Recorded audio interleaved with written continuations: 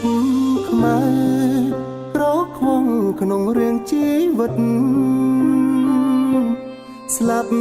កាយទៅពិតតែចិត្តនៅតាមទុំទិញជួបគ្នាក្នុងគុកស្នេហាទូមនុងដៀលថាអប្រិយជីវិតស្លាប់ទៅជាខ្មោចអាសោចទៅហើយ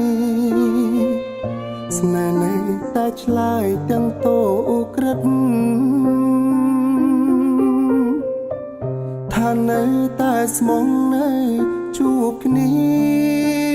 ពិតជួបកាយជួបចិត្តជួបស្នេហ៍ភក្តី